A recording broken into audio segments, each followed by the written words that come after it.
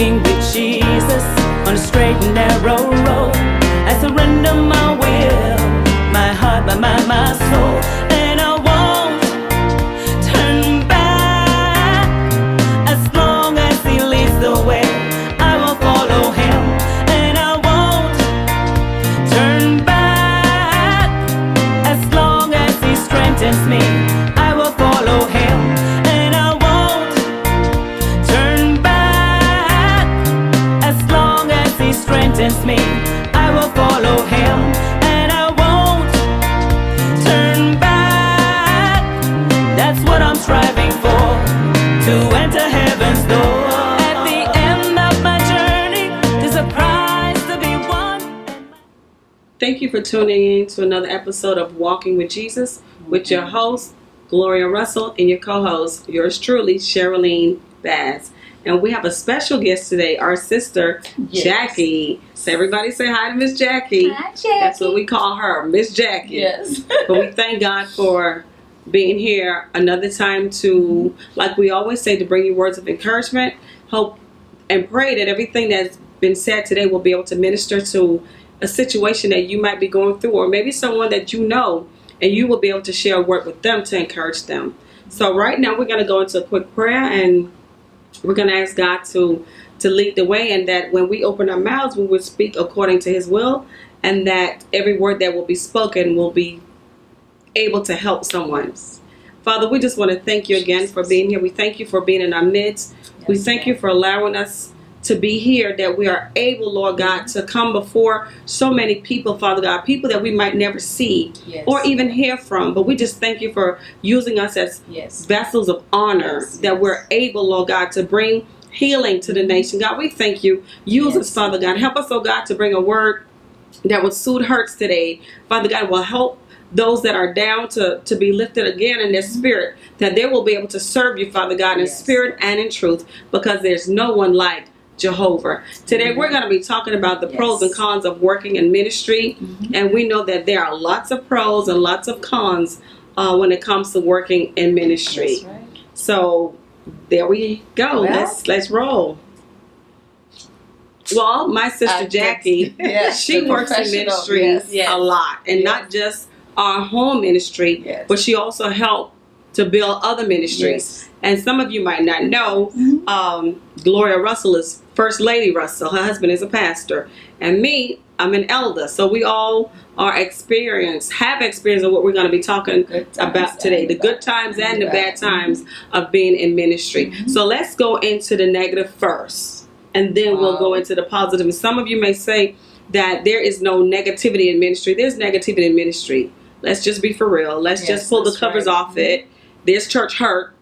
And there's some of people just want to be in church hurt so they can just leave when they're ready to leave. That's true. It's the truth. You know, you find some of everything to... What they call them, church hoppers? Church hoppers. Yes. Find some of everything to find faults, you know, about so you can have an excuse to leave instead of just putting on your underwear or your big guy drawers and just say, you know, I'm ready to go. You know, it's time for me to go. So let's go. Like that person the other day who said they don't mind having a headache now and then so they could get out of doing blah, blah, blah.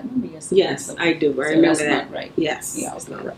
So let's go into that's the professional. Okay, I know, like we said before, you help in ministry a lot. You're the person that's normally not seen. You're always behind the scenes, always doing something. Yes. What are some of the experiences that you have had in the negative first? Well, don't call nobody church name. Just speak on a general level, because we're not here to bash churches. We're here to help us. Right. Yes, us. One of the negative things about working in ministries, especially behind the scenes, for one, if you're a person that has to be noticed or have to be praised for everything you do, you know, it's not for you. Because if you're not praised or recognized, you can get hurt real easy. Because a lot of times in church, you do things from your heart and you keep doing it over and over, and it becomes your job. people expect you to do it. And when you're not in place, it becomes a problem because you're not there. You're not doing it. It may not even be your position or your job, but because you see something needs to be done in the house You do it. of the Lord, you just do it. Mhm. Because a lot of times you're not a procrastinator. Right. You just like to see things done, and you And should be doing excellence, whatever yeah. you do, as if you're doing it unto God. Yeah. And you see someone slacking, you just pick it up and you keep moving. But you could get hurt like that. hmm But sometimes, not to cut you off, but I think we all need to, I won't say be validated, but it's good to hear that you're doing a good job. Yes. However, if we are in ministry and you don't get that shouldn't stop you from doing what you have to do, because at the end of the day, it's not about you, it's about the things of God. Yes, that's true. But as I say, if you are that person that's looking for that recognition, that's probably not the job for you. Right. And a lot of people use this excuse, well, hey, it's a volunteer Position. position. I don't have to do this. This is my time. They forget it's not your time. When you start serving in the house of God, That's right. you are serving God. You're Yes, supposed to be a yes. Christian, That's a right. child of the King, working Wow. for Him. Mhm. So Yes. what are you doing? Wow. If you're going to just come to church and Wow. suck up the air, Right. warm up the benches, I mean, why are you there? Be a spectator. How are and you- participator. Being a servant, Yes, of God. exactly. Mhm. not working, not doing anything in His house. Right. And if you're just doing it for recognition, well, You know, you get it when you get your praises. That's it. You don't have to look forward to God's, and then it's like, and there's scriptures in the Bible where it talks about honor those standing in authority who have the rule over you. So when they rule over you, they wouldn't be doing it in sorrow. Right. So sometimes you need to know that you're doing a good job. Mhm. Yeah. If people don't tell you, then you don't, it's encouraging for me, okay? It's encouraging for me sometimes to hear people say, oh, you did a good job. Even though that's not my goal, that is not why I'm doing what I'm doing, to get praise. But every now and then, it's nice to hear. It's just like your children. Every now and then, you tell your children, did a good job. It's nice to hear that. But also, I know there are people, like, for instance, someone asked me one day, you love being a first lady? And I was like, no. She said, why not? She said, I just love the prestigious lifestyle and da-da-da. And I'm like, that's not why I'm a first lady. Or if they call it first lady, or mother of the church or whatever. And I remember one time, I love to greet people to the door. That's not my job. But if someone is not in place, I go to the door. I would clean the toilets with Right. my clothes on with bleach. Yes. And I'm a fine dresser, right? But I don't care because I'm in the house. I'm Yeah, serving. you're I'm serving. first a servant, right? Mhm. So I remember one time I was at the door greeting people, and this lady was like in her 70s. She came up to me. She said, "You're not supposed to be at the door greeting no one. You need to go sit in the front seat and sit down and look pretty."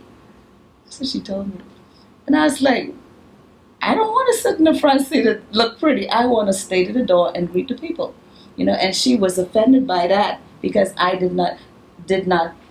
For as far as she concerned, my place was to be sitting up in the front looking pretty. But Well, that's guess not, what? That's why you're the first lady and she's not. Because you gotta have humility. You can't. You understand what I'm saying? I understand, Being a yeah. first lady is not. I'm not a first lady, but honestly, I believe that I have all of the qualifications to be a first lady, and that's just how it is. I feel that way too. Yes, there you go. Now, there Well, you go. I don't like being a first lady. Well, that's I you. really don't. No, listen. The pain that I feel sometimes is almost unbearable. Mm-hmm. Because, you don't expect everyone to love you, okay? But there are times when people can hurt you so bad. And I didn't know that there was a real, real church hurt. I never knew that. You understand? I Mhm. was like, but when you get involved, really involved in church and in ministry and helping out, then you realize how petty and how evil and how mean and how terrible some church people can be. And you wonder, where's the love of God? And that's how come we get hurt. when we go to church and we don't expect to find those type of people in church. That's true, and we but get hurt because of it. You're right. And you're right. But at the Well, same, not to cut you off, but at the same time, right? I think the expectations that a lot of us have going into ministry is not the expectation that God wants us to have. Because in reality, if you really look at church or in church, you won't go. Because like my bishop always tells us, the church is a hospital. Because if something wasn't wrong with you, you won't be there. Right, that's true. You won't be there. So going into church with expectations that everything is going to be 100%, you're fooling yourself, because that's not so. Exactly. Because church is full of a lot of people that is hurt already, and not necessarily church hurt. Just hurt from the cares, hurt from being disappointed, just hurt. And like we were saying on the last show, a lot of times when people approach us or see our faces, they automatically think that, oh my God, she doesn't like me, or she's whatever. Far be it, because I didn't even see you. They have no idea what you're going through, or what you went through on your way to church. Right, right. You know, sometimes Saturday night is the worst day for a Christian. Sunday morning is the most stressful time. First of all, for some of us, finding the right clothes. Yeah. For some reason, that becomes so stressful. Finding the right outfit. I mean, it might sound cliche, but it's the truth. Especially if you're gaining weight and you buy an outfit last month and you're like, okay, I'll wear this on first Sunday.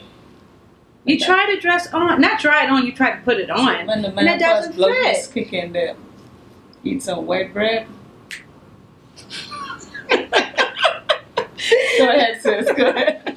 Go ahead. Yeah, but anyway, for some reason, the devil, like, he's on his job. He shows up and try to detour you from going to church and doing what you have to do.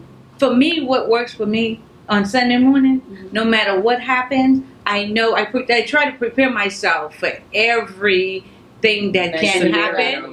And I just keep a song in my heart. It's good. And I try to wake up with a song in my heart, in my spirit, and I try to keep that. That's excellent. And you know, what probably works too for a lot of people too, when you turn on that music in the house. You get up in the morning, Sunday morning, you turn on that gospel station and you blast it through the house, and you'll be really prepared. By the time you will take church with you to church. Yes, exactly. So even when you go to church and someone say something, oh please, brush it off. Shake it off. No, it doesn't always work that easy for some people. That does work, but it doesn't work all the time. It depends on how deep your hurt and your pain is. Even not just hurt pain, you might have some other. I can tell y'all some stories. You might have some other issues going on, and you're trying to prepare for church. Maybe your husband don't want you to go. I can tell y'all stories that I heard from other people, and they trying to get out to church and stuff like that. But the point is that, like you say, whatever we do, don't let us look for people to praise us. Right. Whatever we do, no matter what we may be facing, no matter what we may be going through, we know that whatever we do, God is going to reward us for it. Yes. We don't need to get reward from man. Right. And no matter what you do, how good you may be, someone is going to find something negative to say about you. And I realized that. So you know what? I have grown to the point now where it really doesn't matter to me what people think about me. Because when you lose the fear of man, you gain the fear of God. Or when you lose you understand? You gain the fear of God, you lose the fear of man, however you want to put it. And I prefer to fear God than man. That's wisdom, fearing God. So whatever I do, I don't, and you know what hurts? What used to hurt? When you do all the programs and all these nice, and the people don't appreciate them. And you say, but that's what you want to do, and forcing it on the people. And that's not. I wouldn't say that. Forcing it on the people, no? No, I wouldn't say forcing it on the people, because I remember being the one that had to make the church program. But what I try to do was make it exciting. I add little stuff in there to make them want to take it home. Like little crossword puzzles and stuff. I added in the inside of the programs, or certain people phone numbers. Yeah. You know, the numbers that you could contact certain members of the church or officers of the church. And if you want those people's numbers, it's You easy have to to just take take the the book. program. Yeah. You know, and I put a scripture in Yeah. there. And the scripture verse for the week or you know, just for the day. Mhm. And some people take Okay. it because of that. I need to ask a question. Say I'm a new convert, and I have a heart for serving the Lord. I'm not equipped or ready for outdoor ministry, but I want to serve. What's the best? How should I say it? What can I do in church to help, to serve, like serve in whatever areas or whatever auxiliary you call it in church For me, as a new convert? I And would then tell me about anyone. who's I been would there for a ask you while. first, what is your interest? Exactly. Mhm. What do you Tell like them. doing? Exactly. What do you like doing? Mhm. What are your interests? Mhm. And I will find something for you to do. For me, this is what I've been doing, and it worked for me. Like I have several young ladies before came to me and said they, you know, I want to work in the church. I can't preach. I don't want to be in charge or anything. But Yeah. I look at their attitude and the way they dress. I'm not judging them, but Appropriate. you know, I want to dress. see how they dress coming to church. I don't say anything about it. I just, you know, observe myself. And most of the time, okay, I'm over the greeters and the ushers in church. So that's one of the places I would most likely to put them. Mhm. Or working with the children, Right. working with kids if they like kids. But the greeters and ushers, they are one of Very the important. most That's right. important parts of the church. Yes. Like a greeter. If you're not one who like to smile or have people touch you or be around you, Yeah. that's not for you. Definitely Not not. for you at all. Mhm. Or even the usher. You know, if you're bossy and like sort of like control it, I'll let you be an usher. Yeah, because some people I are so like to be an disrespectful usher. when they get into church. That's just like, would you go up 2 spaces? Oh no, I'm sorry, I'm not doing that. Being disobedient. So sometimes you do need an usher to say, would you please, ma'am? Would you please, Yes. sir, just go up a little Yeah. bit further? And speak with that authoritative Yes. voice, you know? Yes. Mhm. Those, you know, That's good. people, I would put them there. It's not, you don't have Being to. assertive. Yeah, and it's like you're basically on a one-on-one with the members Yeah. or even visitors or guests as they come in. You're not looked upon like, okay, what are you going to do next? What are you going to say? You could feel comfortable at Yeah. the door if that's something you like doing, Mhm. rather than being in charge of something or have to stand In the park. stand up in front of people or speak in the public. You know, sometimes that's Nerve-wracking. intimidating. Yeah. Yeah. So the point is, we should all be serving in some capacity. Yes, capacity in the some body of Christ. capacity. Yes. Because that is very important. We all have a part to play. Mhm. The church could have, I mean, it doesn't matter if it's 5 people or 5,000 people. There's something you can do. Right? Yes. Right, because So even don't if it's say- not like a title Mhm. position, Mhm. you can serve God in your worship. And don't look for praise of man. This is Yes. remember, do not look for praise of man. You can serve in your worship. When there's praise and worship going on, get active in the praise and worship. Get up, clap your hands. You know, help. Make it Invite joyful, the presence yeah. of God to come in. Don't just sit there, you know, saying like, "Oh my God, oh y'all still singing that song." Get involved and worship. Some people, new converts, a lot of times, if you're not, if you're shy, you'll be conscious of the person or people next to you, and you might want to shout, you might want to raise your hands, but then you feel like everybody is watching you. So it makes you feel like, okay, can I do this? Can I not do this? Instead of focusing on praising and worship, you looking at who's next to you, who's worshiping, who is not worshiping. Yeah. But for me, what works for me, I get up and go in the back of the church, and I stand up, and I'm one of the loudest people in church, you know. And But let me tell you this.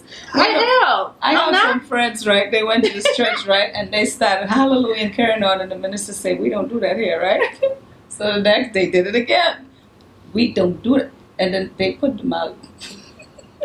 Well, all churches are not alike. No, but I'm Our just saying, church so won't do that. you can imagine if you go into a church and that happened to you, when you go to another church, you might feel like, you know what, I don't know what to do with that shit. And for those of you out there who that has happened to, don't let that stop you, okay? You go until you find somewhere where you can express physically, you know, lifting your hands and stuff to God and giving Him praise and not being afraid of what man is going to do to you. That's Or amazing. say. Or say. Yeah, because we are here to worship God, but we're going back into kind of straight off. sorry, yeah. But that's okay. Talking about the pros and cons of working in ministry. You mentioned a little bit of basically being uncomfortable Mm-hmm. Right. in certain positions that new converts might have experienced because of just not being accustomed to being in that role. But besides that, me personally, I don't think I've ever experienced church hurt Wow. because I know my purpose and because I know who I am, whose I am. Ain't nobody can church hurt me. So Because guess what? People could only do to you what you allow them to do to That's you. not fair. Sometimes, well, it's true though. Sometimes, if you look at the larger picture of most things, you would not take it personal. Well, a lot of times when people, I've been in a position, I would say thousands of times, where I could feel the knife in your a back. certain way, Mm-hmm. but I don't let it bother me because, for one, what I do in church, I don't do it for people. Mm-hmm. That's what I'm saying. I do it unto God. Right. And another thing is that nobody in church feed me Mm-hmm. That's true. or pay my bills. That's Right. right. So I don't care what they say, Yeah. what they do, and how they treat me. Because for one, you're not going to treat me any kind of way, and I stay there and allow you to do it. Okay. For okay. me, I move away from Okay. you. Okay. And alright. when I look at you, Mhm. when I see you again, I'm like, hey, Yes, sister. exactly, And I hug you. exactly. People wonder how you could hug Yes, her. Yes, yes. I hug her because I don't look at what she just Yes, said to that's me. True. Mm-hmm. For me, that's the devil in her. Yes, That's yes, exactly what I'm saying. yes, That's the Yes, devil in her yes. trying to deter me From doing what from you doing need what I have to to do. do. And I don't allow nobody to dictate the rest of my day. Right. And don't give them that authority. I'm not Okay. going to give Yes. you that. Right. But the other thing is too is that when you know that you are in a ministry where God lives, where the His spirit, supernatural yeah. takes place, Mhm. these little things are still going to happen Yes, yes. to get you out of that ministry, to get you to be Yes. elsewhere. That's why I stand firm, because no ministry is perfect, Mhm. but I love our ministry. Yes. So when we have our little issues, it really doesn't bother me, because like I said, I look at the bigger picture of a thing, because the devil and his little imps, they got to do what they got to Yeah. do. And when you are the pillar of anything, you're going to have the little moths that want to come and eat you away Mhm. for you to become weak and fall apart. So you just have to recognize when these things happen so we can maintain Yes. focus Yeah. on what God has for us to Your do. purpose. But you know, Right. well, you know, the description of the Bible say, it said a Scylla and Aquila, you know, they had Mhm. little odds, but and also the Bible say live in peace In as peace. much as possible. Right. Okay, so we know there'll always be that kind of stuff going on in church. But you know me, I'm always taking the weaker link side, because you have strong pillars who can Mhm. take stuff like that. Mm-hmm. And it comes from your upbringing and your background and all that, and your character. You know, you could take it. But what about the person? I'm talking about the person who you know, people who grew up The weak people. Yes, and they're not Some weak of because us- they. You remember the story you told me the other day? We have so many stories with people who we know been hurt so bad, Yes. and they come into this new environment and they look at these people and they think that, you know, that these people is genuine, and you're gonna find genuine love and care and all this kind of stuff, and then no fault of theirs, they get crushed. You understand? Sometimes the So how do you- expectation. but Exactly. that's They what I'm forget the saying. human side of a see, person. Yeah, They- but remember, I'm talking about weak people. But I'm talking still, about people who I understand that. I'm Mhm. sorry, but I understand that. But the point still being is that none of us are perfect. Okay, so Don't look at me as being perfect, because you're gonna fall on your face. Yeah, 'cause I'm gonna we do all make something. mistakes. I'm gonna Yes. say something that See? is going to hurt See, you. but guess what? We know that. Mhm. Okay, for those of you out there who don't quite know what to do when that happened, this is what I do. Okay. I remember that everyone has weakness, and I should not look to anyone to validate me. And if anyone say anything negative to me, what the Bible say? You turn everything around for good, and that's the truth. I take the negative and turn it into a positive. You see what I'm saying? I process what they say in a positive way and not take it in a negative way. Even if I do it for a second, no, shake it off. You know? You don't know what they've been going through. They might be going through something Right. and stuff like that. So they don't even mean what they say. Their countenance is because of what they've been going through. So don't take it personal. But if you keep practicing that, eventually you will overcome the hurt and stuff. And then sometimes you just have to come out of the environment, because a leopard can't change the skin. Okay, That is true, but when it comes to us as Christians, that doesn't. No, but sometimes God might have you to not. There's seasons in our lives. Okay, and I believe some people are in our lives for a period of time, and after that, that's it. So sometimes God has have to trouble the water sometimes for you to know that you have to move on. That's how I feel. Okay. You know? That reminds me about when the church building moved from when your church moved from one building to the next, or location to another location. A lot of people use that time to say, well, God told me it's time to move on. I'm moving, but I'm not moving with This group. Right. Yeah, they move somewhere else.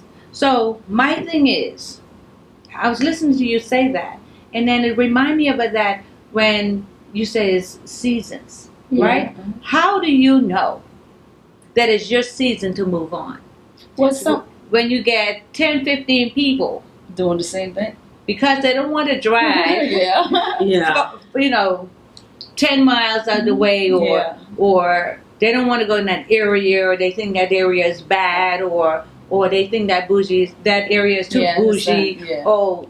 We don't need to change. We could keep this. So some members want to stay the way they were when they first started the church. If you change anything, it's God said it's time to move. Yeah, because that's not what I came into. You guys changing.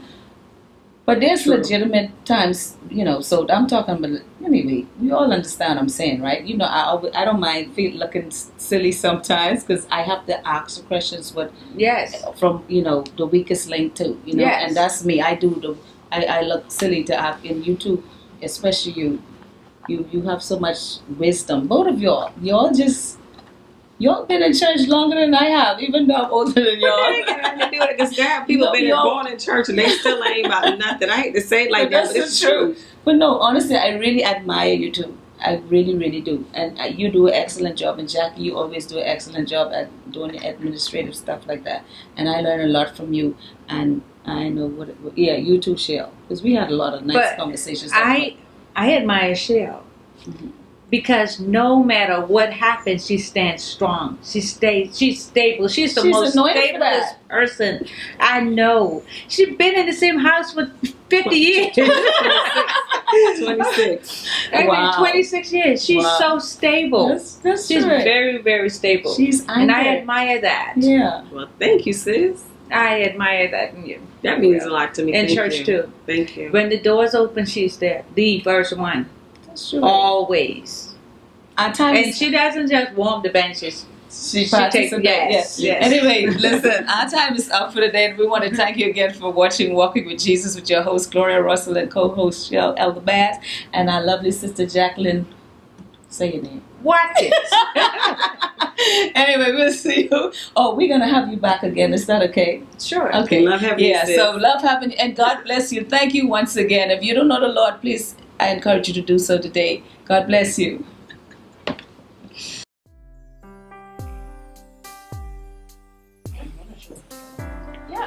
Oh my gosh, isn't that Gloria Russell? Oh wow. Sing that gospel song, Let the Glory Return. Oh my god, I love that song. You know what? I need her autograph. Let's go catch her. Alright? Excuse me. Hi, oh my god, it is her. It is Gloria Russell. How are you? How you doing, man? We're so excited to meet you. We were just talking about you and that song that you sung. Oh my God. Let the glory return. God bless you. Thank you so much. As a matter of fact, I have that song. I downloaded it from iTunes. That's what you listen to now? Yeah.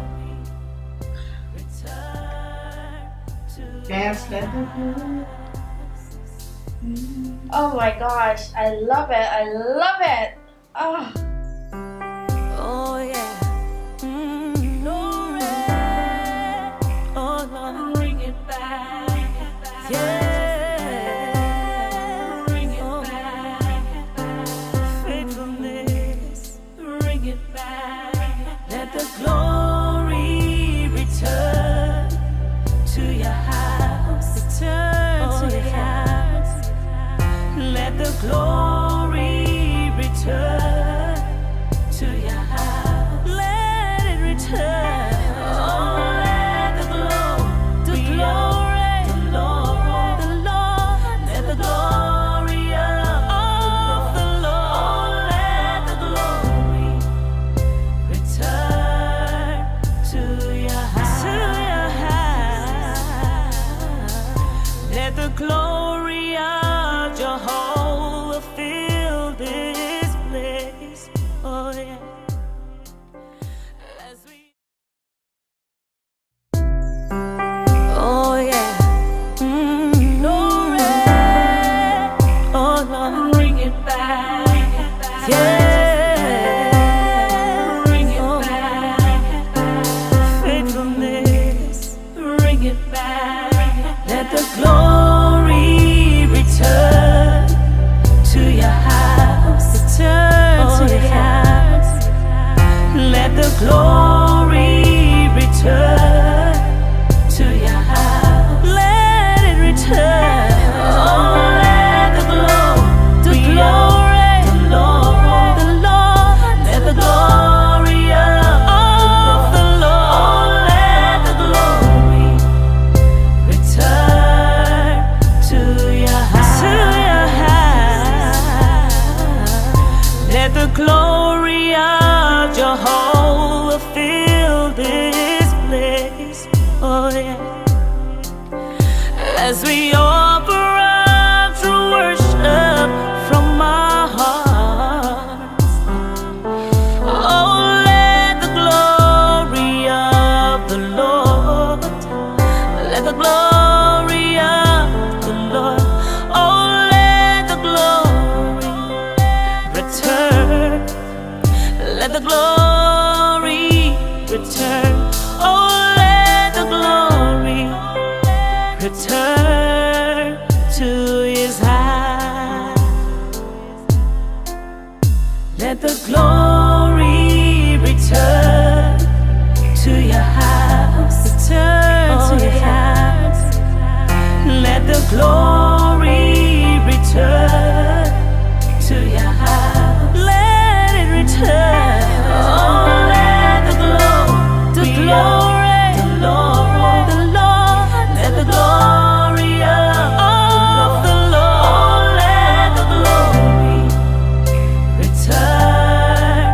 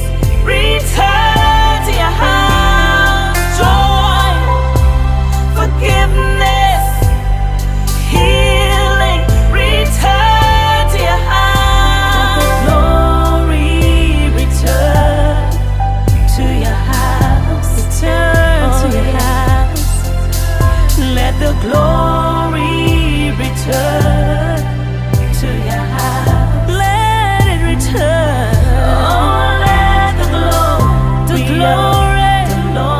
the Lord, let the glory of the Lord, let the glory return to your house. To your house. Oh, let the glory, the Lord, let the glory of the Lord, let the glory return to your house. Let it return. Oh, let the glory,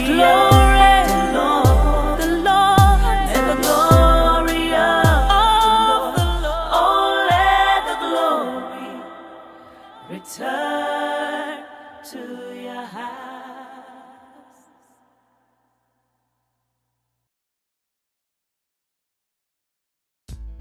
Hi, I'm Cardell with Cardell Realty, and I'm very excited to be sharing this property and the testimony of the owner with you. So if you come on in with me, I'll introduce you to the owner in just a few minutes. Are we ready? I think he's gonna cut. Hey, Mr. Harris! I know I surprised you, but as you know, you're getting ready to close. And before you leave, I just want to have a testimony of our experience that we had, because Wonderful. we purchased and now we're selling. This is a beautiful 3-bedroom, 2-bathroom in the heart of the Hollywood Hills. And even the office space also. You actually have a 4-bedroom if you decide to put in closets. More money. Hint, Ching, hint. ching.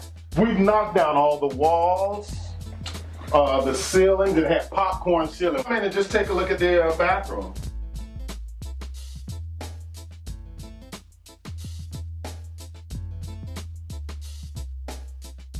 Now we're going to the 2nd bedroom. Come on in.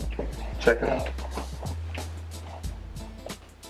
And this room also, we've totally upgraded everything. The ceilings, the walls, new window treatment. We actually have hurricane-proof windows throughout the whole house. Yes. Sliding glass, hurricane-proof everything. You see I'm into my Affirmations. affirmation. I love it. I love it completely. Now we're going into my daughter's room. I remember when we came for the walkthrough, one of the twins said, "Oh my God, it is so small." What are they saying now? They love it. They actually love it. It's amazing what you can do, you know, with people helping you do the walls, the floors. Everything's been done over, so it's really become a beautiful home. It was a house, now it's a beautiful home. Indeed, love And it. I'm so happy she found me this beautiful home, and I love it. I am very happy you took my advice when I said, "Mr. Harris, this is a house." Exactly. Then you're gonna make it into your home. Thank you. That is, and she said that. This is actually the final bedroom that could be converted into a bedroom. All it needs is a closet. Come check it out. That's a very big space. It is. It is. This is where the mastermind works, huh? Exactly.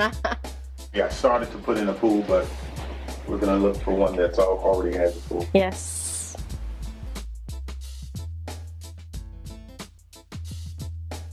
Sorry again for the surprise visit, but we found a buyer in no time. I know we're going to a closing in less than what? Less than 15 days. Right. Less than 15 days. Right, we'll be going to closing. Yes. They saw the property within 2 days. They were putting in a contract. Yes. Listing, contract to closing in less than 15 days. Thanks to Miss Musgrove. Mr. Harris, thank you again for your time. Thank you so much, Miss Musgrove. And I'll see you on Tuesday for closing. Tuesday at closing. All right. Ching, ching.